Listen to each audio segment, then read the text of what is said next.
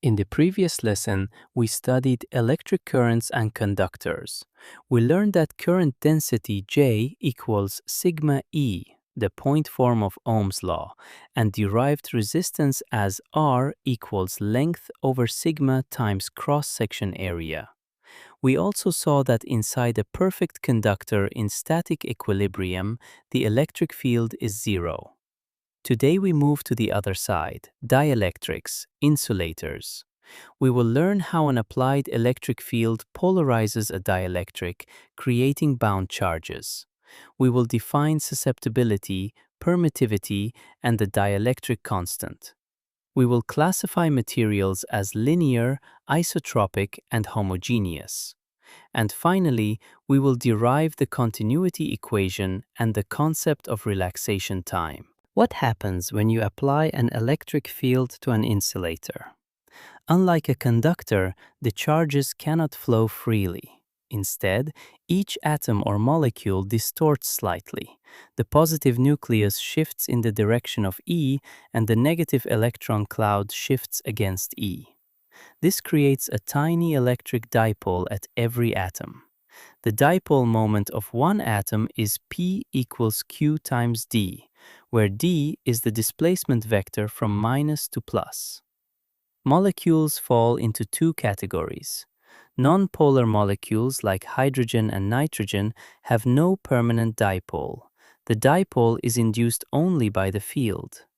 Polar molecules like water already have a built-in dipole moment, and the applied field rotates them into partial alignment. We define the polarization vector P as the dipole moment per unit volume. P has units of coulombs per square meter.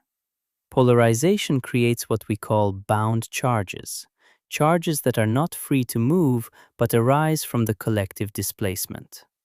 The bound surface charge density is ρps equals P dot A hat n.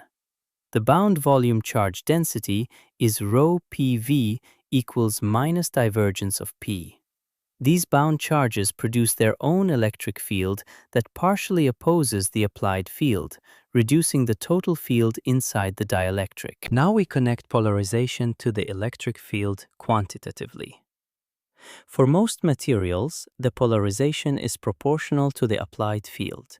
P equals χₑE times epsilon 0 times E, where χₑE is the electric susceptibility, a dimensionless number.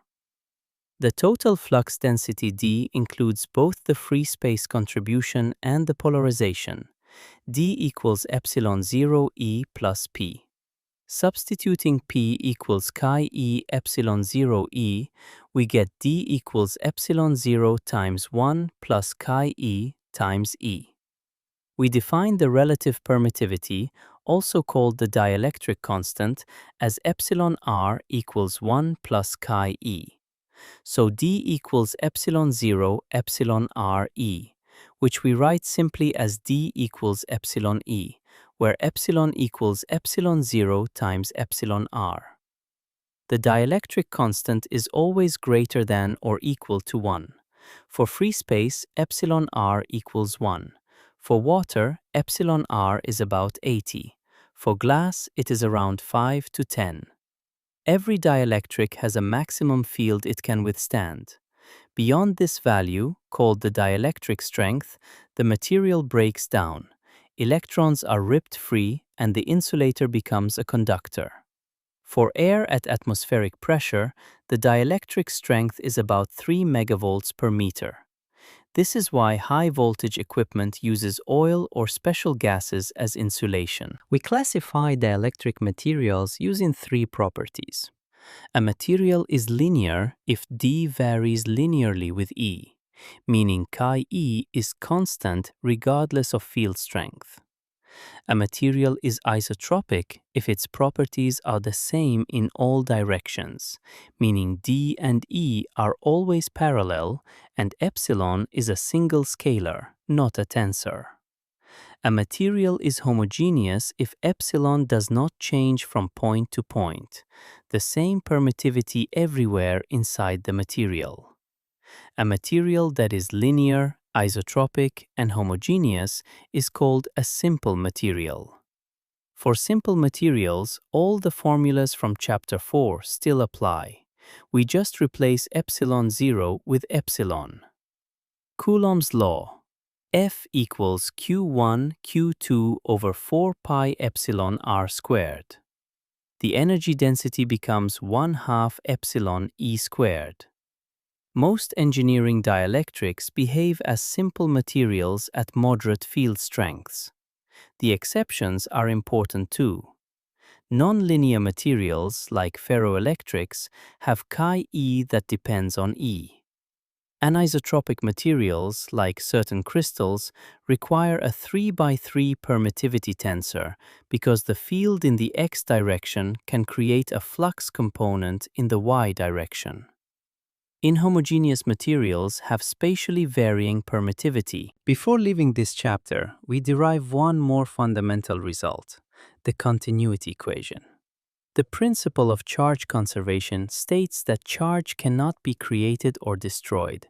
If current flows out of a closed surface, the charge inside must decrease by the same amount. In mathematical form, the divergence of J equals minus the partial derivative of rho v with respect to time. This is the continuity equation. Now consider what happens when you place free charge inside a material with conductivity sigma and permittivity epsilon.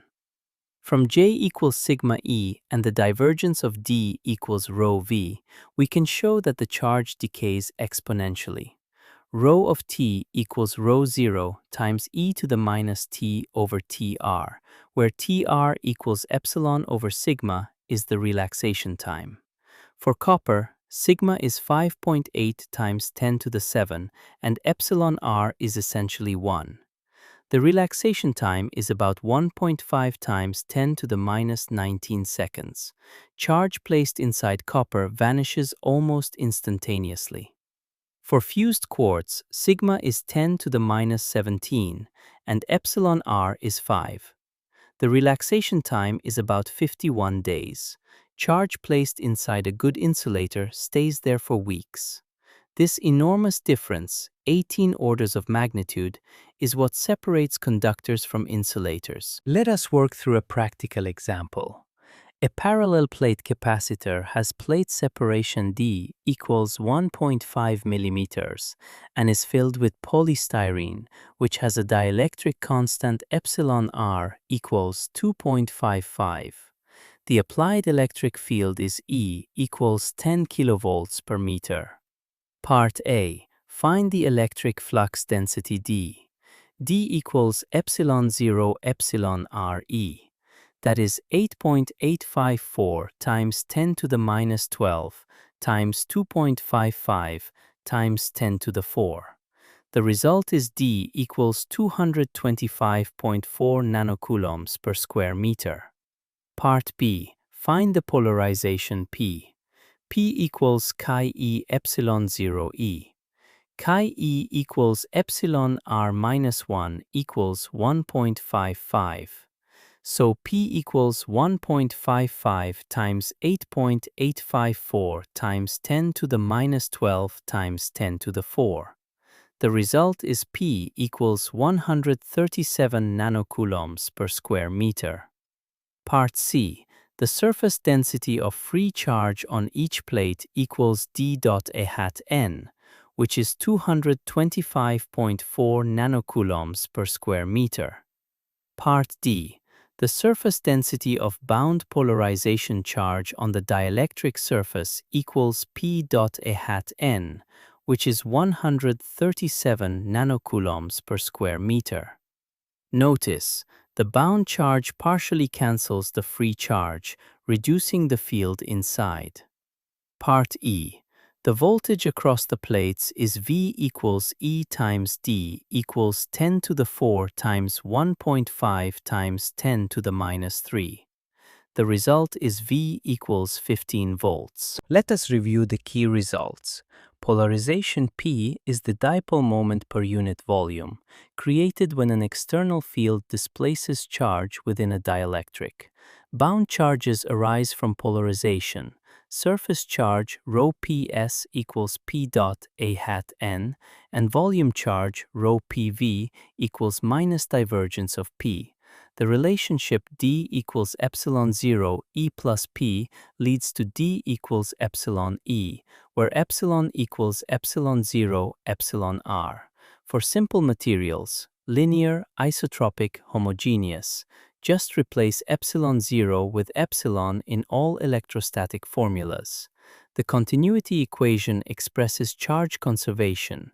Divergence of J equals minus partial rho v over partial t.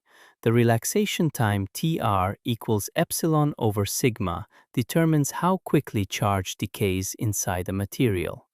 In the next lesson, we study boundary conditions. What happens to E and D at the interface between two different materials?